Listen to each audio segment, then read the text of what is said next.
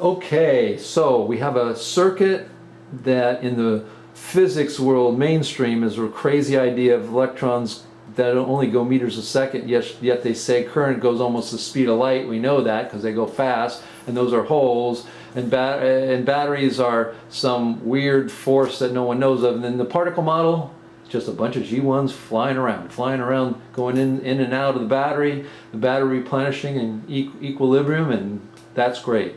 Let's say we add an antenna. What does physics say about the antenna? It sounds pretty crazy to me. And then how does the G1 particle solve that same problem? Okay, well, given that this is a standard answer, you have electrons then being sent to the antenna.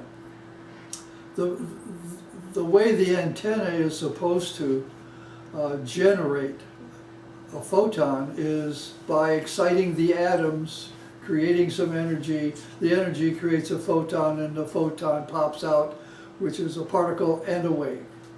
So you have the electrons actually being sent to the antenna, and through this process the energy is made, and energy creates a photon, and that photon has a wavelength. You can see pictures of this, a little particle with a little wave along with, drawn right next to it. Except that's hard to swallow.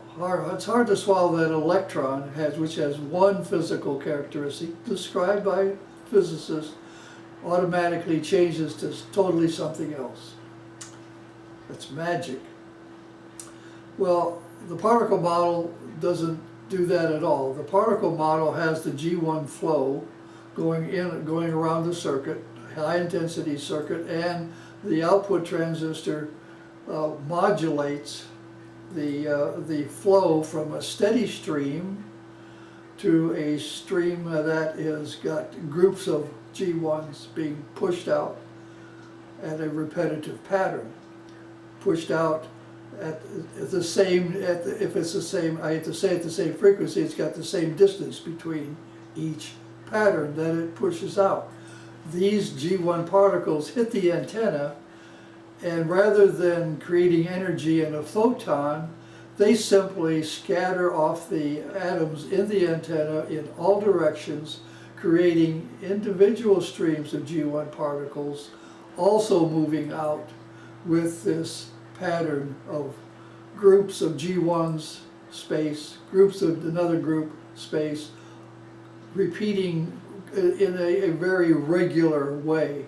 And that stream then is the FM signal that's leaving the antenna and ultimately reaches the receiving antenna, and those pulses, those groups arriving at the antenna are detected by the radio receiver. So the G1 particle comes from the battery as a steady high intensity stream, gets sent out as repetitive pulses through the antenna, scatters off the antenna in all directions, because the signal has to be detected in all directions, and it goes to the receiving antenna, and the receiving antenna gets the same G1 particle.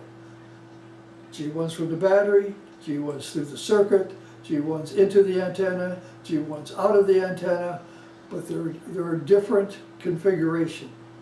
The configuration in the circuit is steady high intensity. The configuration coming to the antenna is in groups of chunks of G1s at a distance, separated by a distance, and that's sent all the way through, from the antenna through the air to the radio receiver. G1s from beginning to end. That's too simple.